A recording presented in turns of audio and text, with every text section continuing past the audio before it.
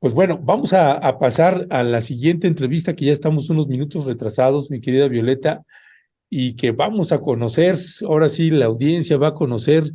Hemos tenido aquí como comentarista, es un seguidor de Rompeviento TV, de Momentum, Bernal Manzanilla.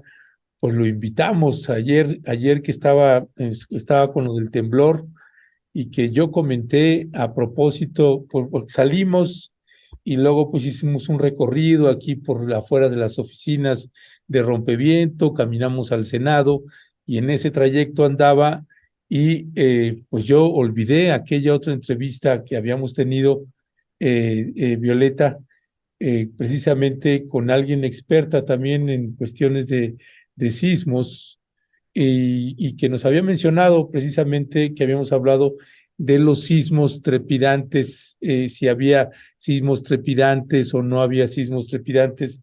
Finalmente, Bernal Manzanilla, ayer que yo comenté, haciendo una diferenciación de lo que fue el sismo de 1985 y el sismo del 2017, pues Bernal Manzanilla levantó la mano y dijo: hey, hey, no, no, no, no existen los sismos trepidatorios ni oscilatorios. Y entonces, pues ya le escribimos, le dijimos: pues ya que te pones de apechito, pues ahora nos vas a acompañar en Momentum, y ya se encuentra con nosotros y con nosotras. Solamente voy a pedir, mi querido Bernal, si puedes centrar tu cámara, porque luego también para hacer los videos de TikTok nos es importante que estén bien centrados, que no tengas mucho aire arriba. Así que ya se encuentra Bernal Manzanilla, a quien la audiencia pues va a conocer, a uno de la audiencia. Bernal Manzanilla, buenos días, bienvenido. Buenos días. Sí, perdón que haya intervenido de esa manera tan intempestiva, pero creo que sí fue un tanto riesgoso el término que utilizaste. Para Ajá. aclarar, a ver, dos cosas que quiero decir primero. Existe una autoridad que es la que puede hablar precisamente de qué son los sismos y ese es el sismológico, ¿no? Bueno. Ellos son los que yo creo que hay que consultar todo el tiempo. Hay una página, es muy explicativa. Perdón Es que te una página. interrumpa ahí, Bernal, tantito, nada más olvidé mencionar, Bernal Manzanilla, pues bueno, es geofísico y tiene especialidad en sismología también, así que. No, a ver, ahí tengo que corregir. Yo tengo especialidad en exploración sísmica petrolera, es decir, hay una complementariedad entre lo que hace la gente que se dedica a terremotos y yo, en el sentido de que ellos, su problema es mucho más duro porque tienen menos datos y porque digamos que hay una incertidumbre de qué ocasiona los terremotos. Ujú. Cuando ellos detectan un terremoto no saben dónde ocurre, ellos tienen que buscar el lugar donde ocurrió y eso requiere una serie de matemáticas muy complejas y una serie de técnicas muy específicas. Lo que yo hago o lo que yo hacía, porque en este momento estoy haciendo un doctorado en computación, ya no estoy trabajando en esa área, es utilizar puedes llamarle un terremoto conocido, o utilizar una fuente que el hombre crea para generar una especie de sismo, y eso se utiliza para hacer imágenes. Se puede utilizar para modelar yacimientos o se puede utilizar para modelar otro tipo de cosas, como lo que estoy haciendo en este momento, que es ultrasonido. O sea, se puede hacer en escalas de personas o se puede hacer escalas de kilómetros, como es un yacimiento. En el caso de mi problema, es un problema no específicamente el de ultrasonido, tiene algunas particularidades que lo hacen muy diferente, pero el problema de la sísmica para explorar petróleo es mucho más sencillo que el de los terremotos, porque sí sabes dónde ocurre, la fuente es artificial.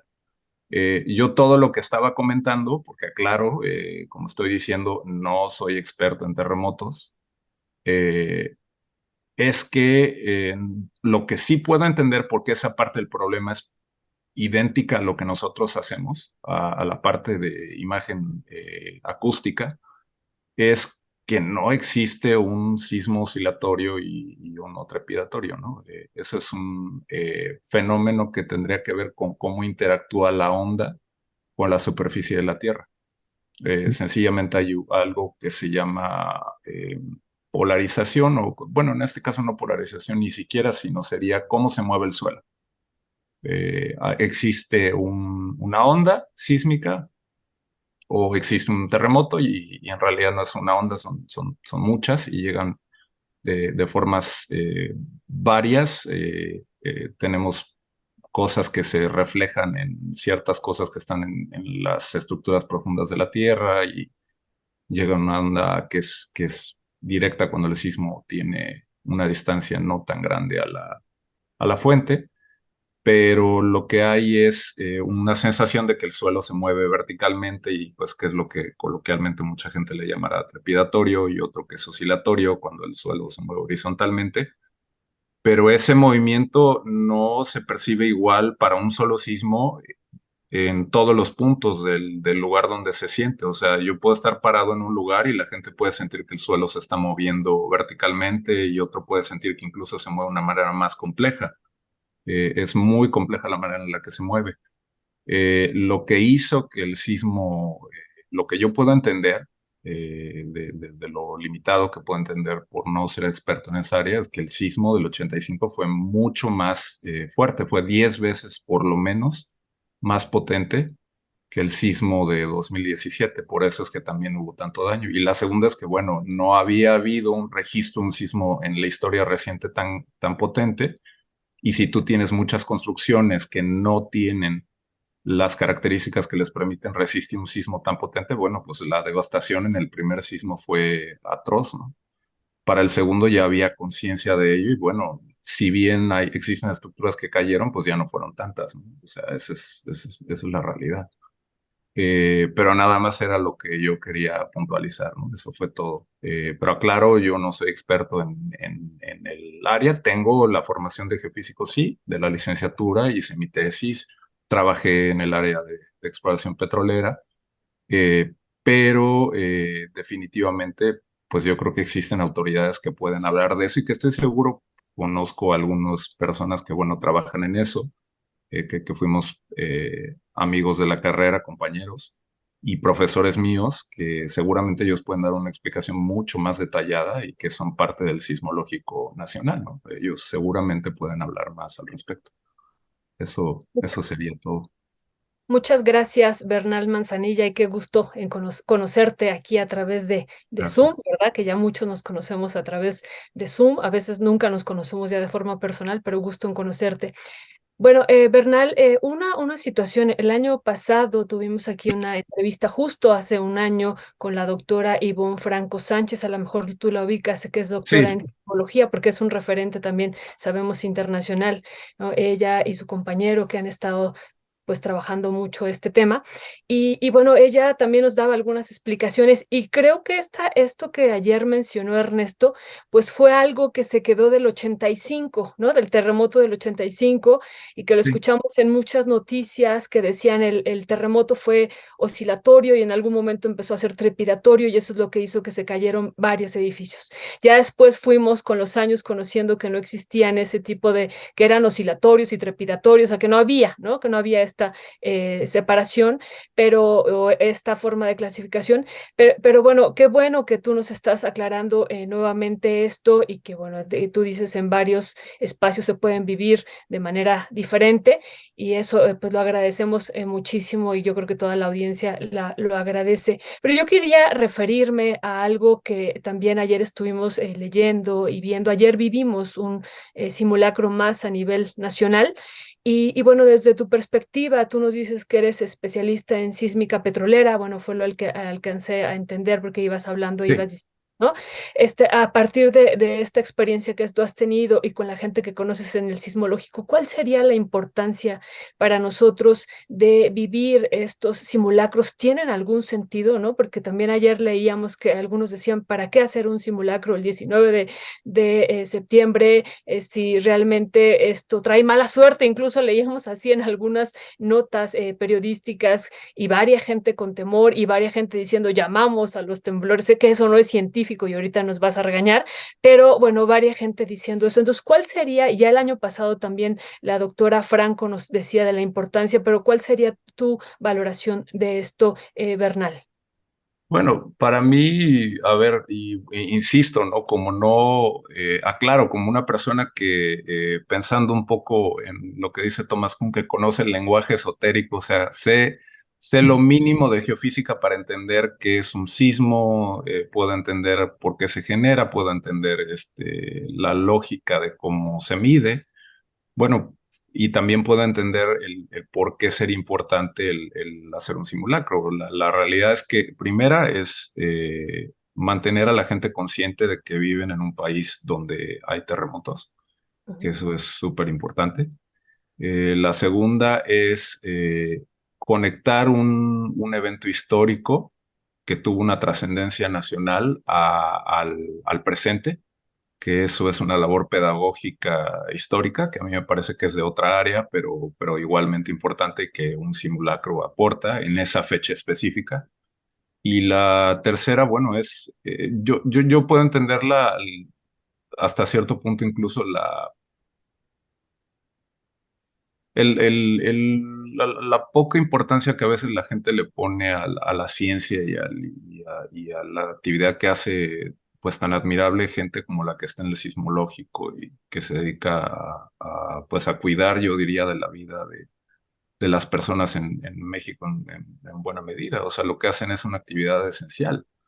Eh, y la hacen realmente porque les gusta, porque tampoco, que para que la gente sepa, no es que viven una vida de privilegio y de lujo, muchos de ellos. La realidad es que es una carrera muy dura. Tienes un área en donde justamente la gente que no va hacia la industria, como es la parte de terremotos, no tiene, pues no necesariamente va a tener pues una afluencia económica importante, y el hecho de tener este tipo de actitud tal vez en la sociedad en donde no se considera mucho el trabajo de colegas que se dedican a eso. Supongo que tiene que ver con la costumbre, la pedagogía que hay en México de educarnos a no prestar atención a lo que las autoridades dicen, porque al final lo que dicen no necesariamente es verdad.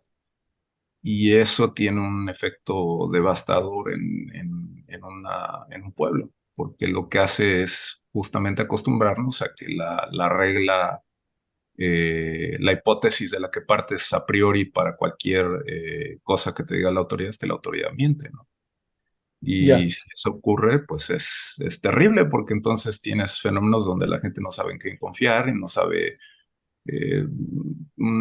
parafraseándolo como decíamos un amigo y yo, ¿no? Vivimos en un país donde tenemos empleadores que a veces simulan que nos pagan, nosotros simulamos que trabajamos, la gente que repara las cosas simula que funcionan, y al final todo es un teatro, ¿no? Porque la gente no tiene confianza de nada, ¿no? O sea, dice, pues es que realmente será cierto que ellos saben cómo se ocurren los sismos.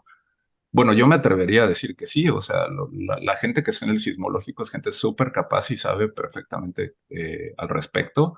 Y yo, pues, como un ciudadano normal, una persona que está ya no en esa área, que está en computación y en imagenología acústica, pues sí motivaría a los otros escuchas a acercarse al sismológico, buscar la página, participar en los simulacros, pensar que el simulacro tiene una doble función, una función pedagógica histórica y una función pedagógica práctica para prevenir más decesos en sismos. Eso es todo lo que pensaría.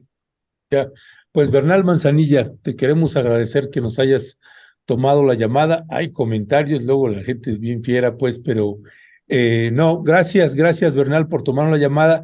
Y te hago la precisión ahí, cuando te presentaba como geofísico y con especialidad en la carrera, es porque habías puesto, soy geofísico y mi especialidad en la carrera fue sismología. Sí, Por eso te presenté así, leyendo precisamente lo que habías puesto, y agradecerte uno, que nos sigas como audiencia. Llevas años con nosotras y con nosotros siguiéndonos, haciéndonos comentarios, observaciones y demás, y siempre, siempre serás bienvenido. Bernal, gracias. estás en Canadá, ¿verdad? Sí, sí, bueno, espero ya terminando mi doctorado. Oye, Bernal, y sería después interesante ver de lo que dices esto de la sísmica petrolera, cuál sería el impacto que tendría Uf, la explotación minera si se hiciera en los fondos oceánicos, ¿no? Eso también sería interesante después abordarlo Ahí en otro momento. sí, yo ahí diría que la persona a la cual ustedes probablemente podrían recurrir, que es una persona que es experta en eso, es la doctora Elba Escobar del mm, Instituto de Limnología. O ella es una persona que conoce muy bien eso, ha participado en campañas oceanográficas en los buques de la UNAM. Yo hace muchos años, cuando fui estudiante de licenciatura, llegué a ir a alguna de esas campañas. Llegamos a extraer sedimentos del fondo del Golfo de México y también del lado del Pacífico, llegamos a hacer alguna cosa. Y sí, ella tal vez tenga una idea súper precisa de lo que quieren saber. Sí, sí, es un tema muy, muy delicado. O sea, realmente creo que, creo que eso conecta un poco con la pregunta que me hacía de los simulacros, ¿no? O sea, en un país donde estamos acostumbrados a no creer en lo que se nos dice, porque lamentablemente, pues así es como crecemos, ¿no? O sea, se nos dicen cosas que no ocurren o que ocurren de otra forma, pues probablemente en la parte de los recursos naturales también hay mucho desconocimiento y solo es cosa de invitar a la gente que pueda ser pues la más indicada para hablar de eso, ¿no? Yo no me consideraría una persona indicada para abundar en ese tema. bueno, pues Bernal Manzanilla, te mandamos un fuerte abrazo y seguimos al habla, mi querido Bernal. Gracias. Hasta Abrazo, pronto. Hasta gracias. luego. Muchas gracias.